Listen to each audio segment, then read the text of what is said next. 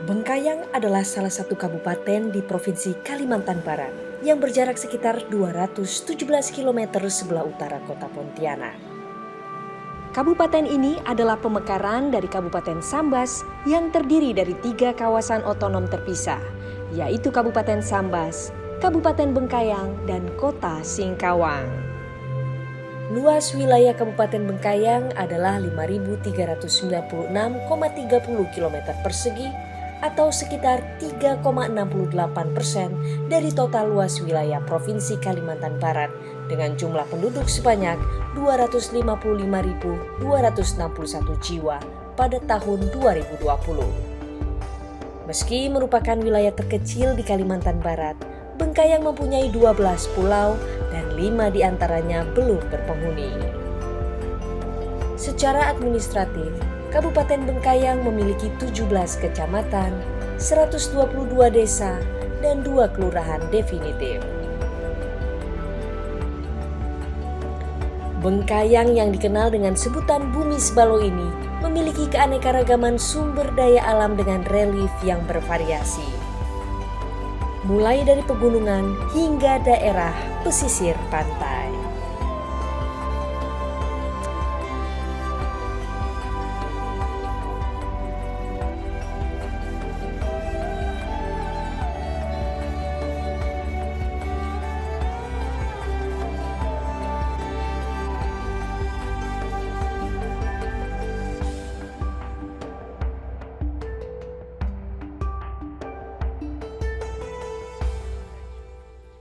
Halo, apa kabar pemirsa? Senang sekali saya Nita Mai bisa menjumpai Anda dalam program iNews Break, iNews TV. Dan saat ini saya sedang berada di ikon budaya dari Kabupaten Bengkayang, yaitu Ramin Bantang. Nah, Ramin Bantang ini sendiri adalah sebutan bagi rumah adat Kabupaten Bengkayang yang diresmikan pada 2019 yang lalu dan dibangun berdasarkan nilai-nilai adat, budaya, dan juga filosofi yang tinggi dari suku Dayak khususnya yang berada di Kabupaten Bengkayang. Tadi kita sudah bersama-sama menyaksikan cuplikan dari potensi apa saja yang dimiliki oleh Kabupaten Bengkayang, dan untuk mengetahui informasi lengkapnya, saya akan mengajak Anda untuk ngobrol-ngobrol bersama dengan Bupati Kabupaten Bengkayang, yaitu Bapak Sebastianus Darwis. Ikuti perjalanan saya.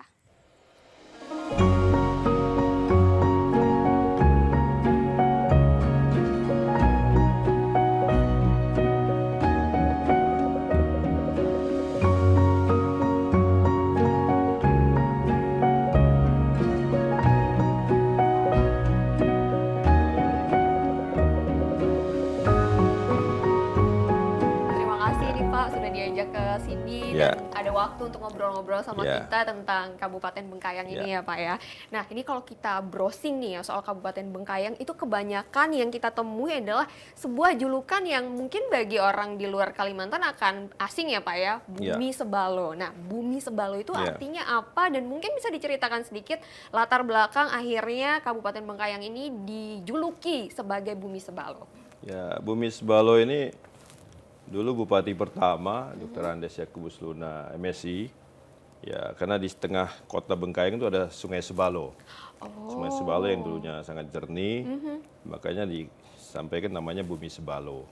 Bumi Sebalo artinya berbuat untuk masyarakat Indonesia, ya, sejahterakan ekonomi, budaya, agama olehku dan olehmu. Kemudian Pak, ini kan kita berada di salah satu kabupaten yang mungkin bisa dikatakan wilayahnya terkecil begitu ya Pak ya. Tapi biasanya kecil-kecil cabai rawit nih Pak. Ya.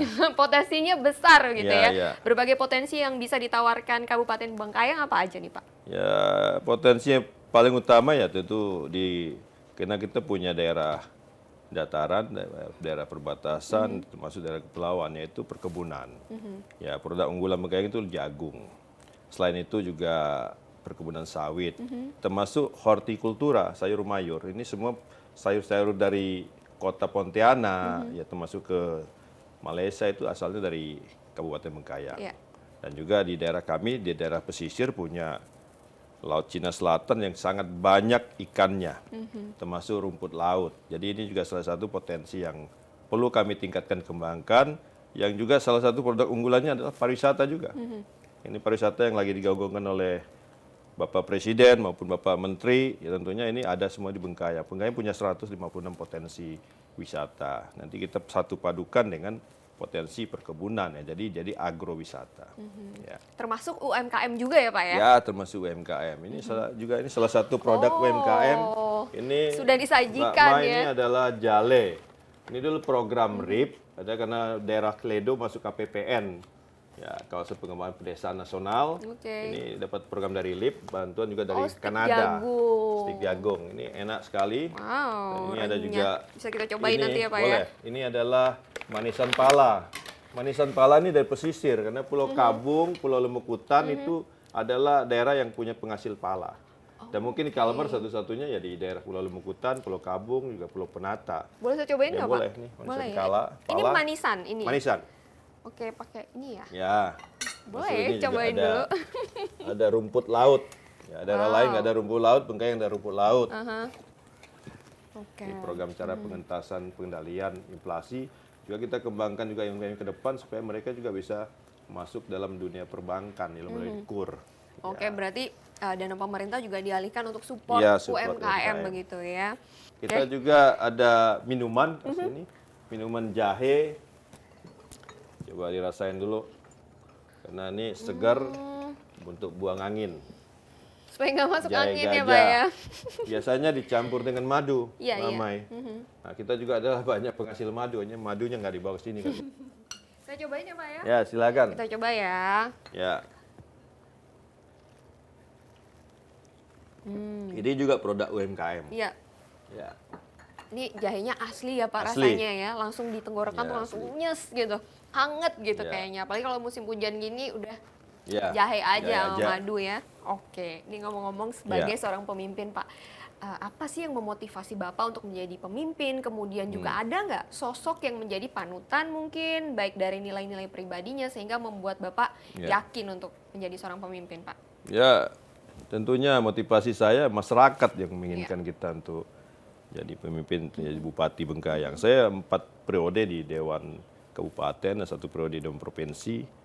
Dan itu pengalaman yang saya tempah dan keinginan saya untuk merubah ya pembangunan, merubah mindset sumber daya manusia yang ada. Kalau sosok yang membuat saya ya menjadi seorang pemimpin ya tentu ayah saya. Apa Ya. nilai pribadi yang Bapak ambil untuk memimpin sebuah daerah? Ya dari ayah saya, beliau adalah seorang yang visioner. Ayah saya itu adalah Bupati pertama Bengkayang, Bapak Dr. Ades Yakubus Luna MSI. Beliau seorang visioner, alumni APDN, dan betul-betul orang pemerintahan dan sangat disiplin. Dengan gaya beliau yang kesederhanaan, kedisiplin, dan selalu dekat dengan masyarakat, itu yang membuat saya menjadikan sosok untuk saya bagaimana mengikuti gaya kepemimpinan beliau. Leadership. Ini kantor bupati ini adalah berkat visionernya beliau. Dulu kenapa saya katakan visioner? Karena dia bangun kantor ini di tengah hutan dulunya. Dan itu memakai lift. Saya tanya kenapa Pak pakai lift? Orang supaya tidak ke kota naik lift. Itu visioner loh. Iya, Ya kan? iya. Kenapa tidak pakai lift? Supaya orang di Bengkayang ini bisa merasakan untuk berurusan kantor bupati naik lift pakai. Jadi tidak perlu harus ke kota atau ke mall. Oke, Mbak Mai, kita sebentar keluar melihat-lihat kantor Bupati Bengkayang Oke, yang dulu kayaknya view-nya bagus ya Pak ya. Di sini dikelilingi oleh perbukitan ya. perbukitan, gunung-gunung. Ya. Oke, kita akan lihat seperti apa suasana di sekitar sini, tapi tentunya kita jeda sejenak, tetap bersama kami.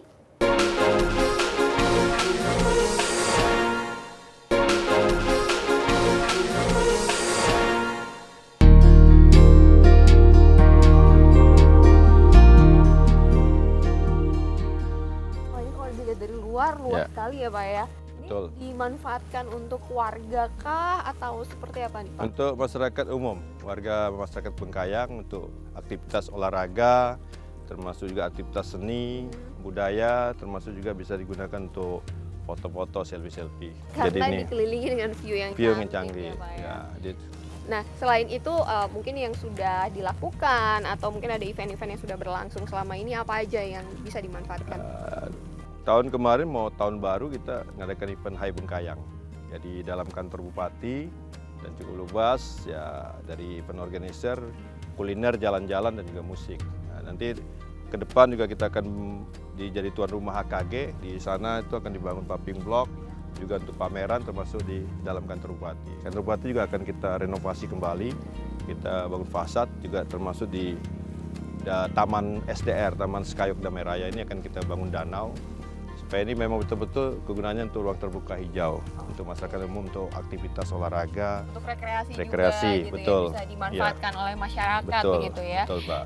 Dan nanti menuju ke stadion dan GOR, di sana juga kita bulan Agustus akan jadi tuan rumah Kejurnas Motocross tingkat nasional. Wow. Dan juga mungkin di sana juga kita akan bangun untuk event-event musik. Ya, musik, event musik maupun juga budaya, pagelaran.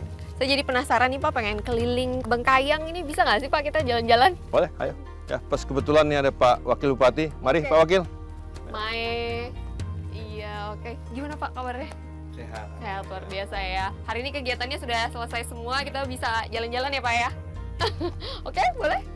Baik, mari kita jalan-jalan lihat kota Bengkayang.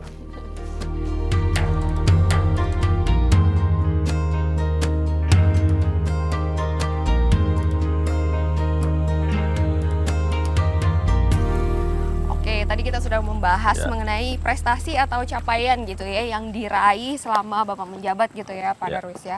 Nah sekarang kalau kita masuk ke sektor pariwisata nih tentunya menarik banget karena salah satu desa yaitu Bungkupua di Jagoy Babang itu dianugerahi atau dinobatkan sebagai desa wisata terpopuler se-Indonesia. Betul ya Pak ya? Betul. Seperti apa itu kriterianya akhirnya bisa dinobatkan menjadi desa wisata atau desa adat terpopuler?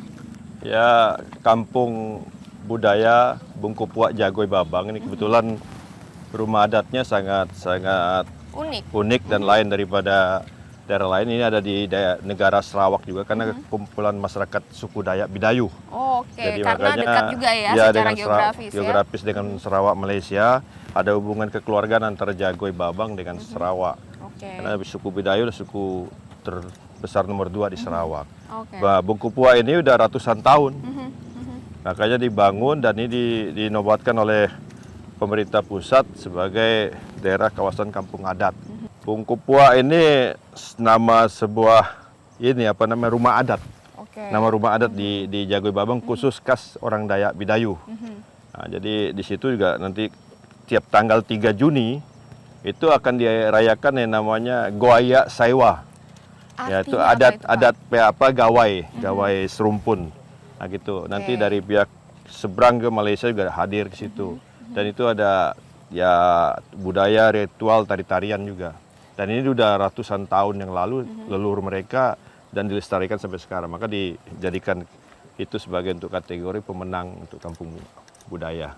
Lalu prestasi kalau misalnya berbicara tentang wisata kan tidak hanya dari segi adat dan budaya saja ya, tapi juga seperti potensi alam begitu kan Pak. Bagaimana dengan potensi alam dari Kabupaten Bengkayang? Wilayah Bengkayang kurang lebih 5.500 km persegi dengan jumlah penduduk 290.534.000 jiwa.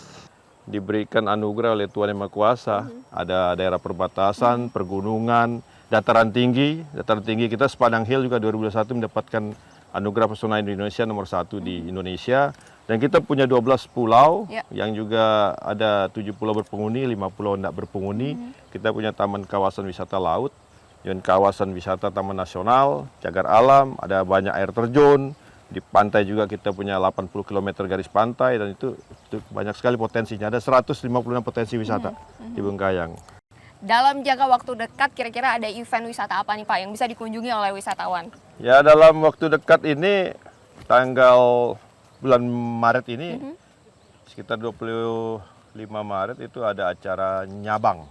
Artinya apa Desa tuh Pak? Binua Segari. Nyabang ini untuk orang tahun baru padi di daerah Ledo. Oke. Ini. Nanti pada bulan April ada Festival Budaya Dayak Benyadu. Nah, itu khusus pertama kali di Kalbar juga kita lestarikan budaya Benyadu karena suku Dayak Benyadu juga ada di sini.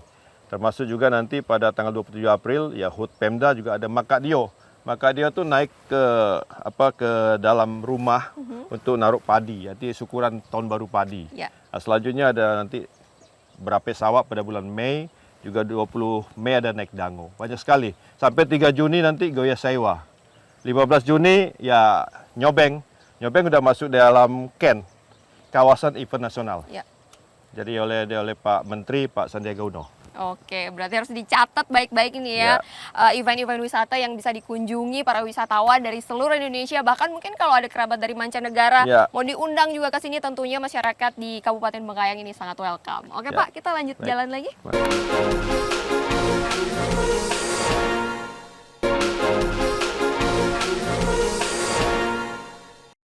Oke, tadi sudah membahas dari pariwisata juga sudah. Nah, sekarang apa lagi Pak yang bisa dikembangkan untuk mendukung sektor pariwisata dan sektor lainnya? Ya tentunya kerajinan UMKM, karena Bengkayang juga di daerah Jagoi Babang ada kerajinan anyaman seperti yang saya pakai ini. Ya. Artinya ada juga bidai. Bidai itu seperti permadani tapi dari rotan. Nah, ini juga kita juga ada ekspor. Termasuk juga ya kerajinan untuk dari rotan tadi untuk jadi tas. Termasuk juga jadi produk unggulan agrowisata. Ya.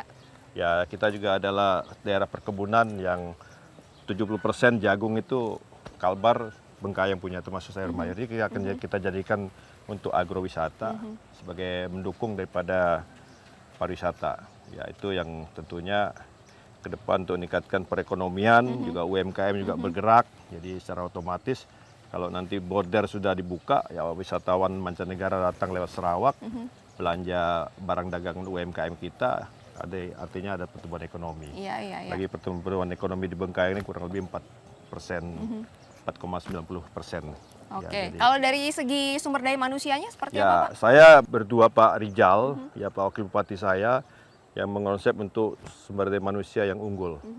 Artinya di semua sektor, ini yang mau kita gerakkan, termasuk anak-anak muda kita yang untuk yang kreatif juga yang kita gerakkan. Karena jujur ya, di Bengkayang ini termasuk IPM-nya nomor 4 di Kalbar.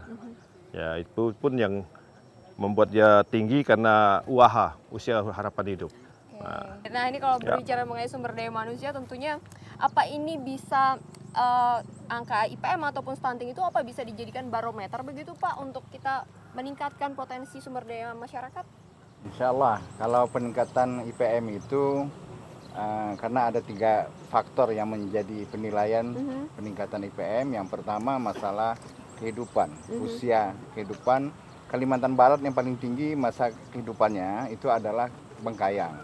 Bengkayang itu 74,3 tahun usia kehidupan. Yang kedua dari sektor pendidikan. Memang sekarang tingkat pendidikan kita masih di atas 12 tahun, tapi kita akan upayakan sampai 2024 itu di bawah 12 tahun rata-rata tingkat pendidikan. Ya. Selanjutnya masalah ekonomi. Masalah ekonomi ini bahwa kami ini sudah membangun infrastruktur. Dengan baiknya infrastruktur, maka insya Allah itu akan meningkatkan ekonomi kemasyarakatan, kerakyatan. Dan saya yakin bahwa transportasi ini baik, maka masyarakat kami dengan mudah akan memasarkan hasil-hasil produk pertanian mereka ke kota, atau malah sadar tidak sadar kita bahwa Bengkayang itu petani kita sudah ekspor sayur mayur ke negara tetangga. Ya. Nah, ini selanjutnya masalah stunting. Stunting ini memang tugas berat bersama. Ini tidak bisa hanya satu organisasi atau satu sektor saja sektor begitu ya, kesehatan, tetapi ini adalah kerjasama bersama. Termasuk masyarakat juga semua, baik itu camat, kepala desa, pemerintah daerah, PKK dan sebagainya, stakeholder yang ada. Mengapa? Karena peningkatan gizi ini kan ada kebiasaan masyarakat kita di dalam kehidupan. Kalau bahasanya itu asal kenyang saja, tetapi tidak pernah memikirkan bagaimana gizi mereka. Nah, sedangkan gizi ini dapat dimanfaatkan dengan lahan yang ada di sekitar mereka. Dengan mereka bisa menanam umpama nangka, tebu dan sebagainya, sadar tidak sadar itu pun juga akan menambah ekonomi masyarakat. Dengan menambah ekonomi masyarakat, insya Allah itu akan memperbaiki gizi keluarga. Nah, ini yang akan kita upayakan dan kita maksimalkan. Dan pemerintah daerah sudah berupaya maksimal. Tapi insya Allah tahun 2024 target nasional itu 14% mungkin akan kita lewati. Oke. Upaya yang sudah dilakukan pemerintah untuk menekan angka stunting ini seperti apa Pak? Dan mungkin implementasinya? Seperti apa? Jadi seperti PKK dan sebagainya. Ini PKK kabupaten dengan kecamatan dengan desa ini sudah banyak melakukan. Baik itu melakukan memberikan makan kepada anak-anak sekolah dan sebagainya. Tetapi memang stunting ini adalah anak yang di bawah 1.000 hari. 1.000 hari artinya 3 tahunan.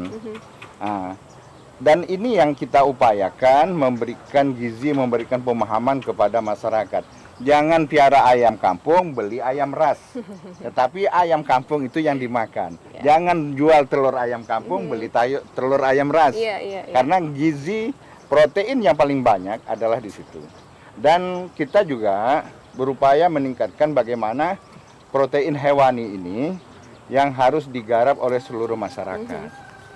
Nah, ini sudah kita kembangkan melalui Dinas Pertanian, Dinas Perikanan dan sebagainya.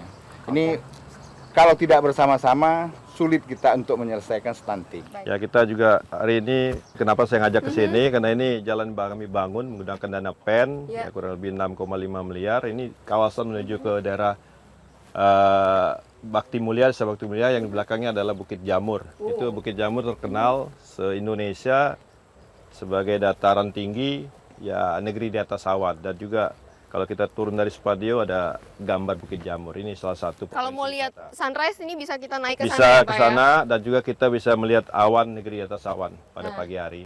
Tuh, salah satu yang menarik juga bisa kita datang ke sini ya Pak ya. Tadi kita udah bahas nih Pak mengenai pariwisata, segi ekonomi dan lain sebagainya, dan juga raihan atau prestasi begitu ya yang sudah dicapai selama masa pemerintahan Bapak Bupati, Pak Darwis dan juga Pak Rizal ya. Mungkin ada pesan-pesan atau ajakan gitu kepada masyarakat luas yang ingin datang ke Kabupaten Bengkayang ini, apa yang menarik gitu Pak? Ada ajakan atau himbauan tertentu yang ingin Bapak sampaikan?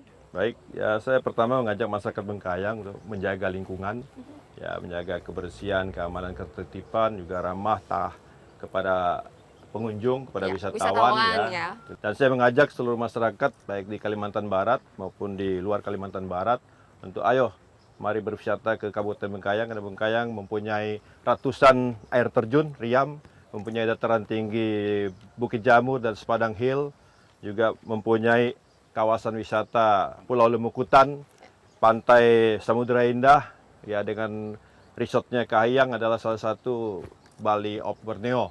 Dan ini tentunya kami juga mengajak bagaimana bisa berkunjung ke daerah perbatasan. Di sana juga ada Gua Kelelawar dan juga menuju ke Kota Sarawak Kucing itu kurang lebih 45 menit dari Jagoi Babang. Semoga nanti border dibuka, ini pintu masuk wisatawan datang ke Kalimantan Barat. Saya mengajak seluruh masyarakat untuk kita menjaga ketertiban, keamanan, lingkungannya, termasuk juga ramah tamah, agar masyarakat dari luar Kabal datang ke Bengkayang. Ayo kita wisata di Kabupaten Bengkayang yang mantap.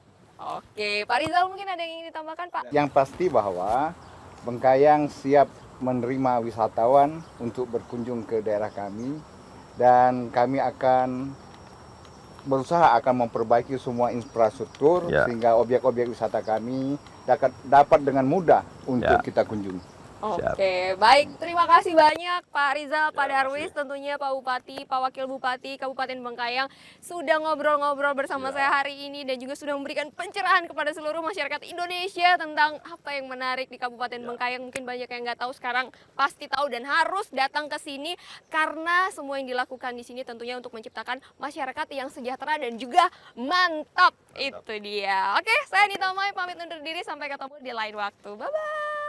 Sampai jumpa.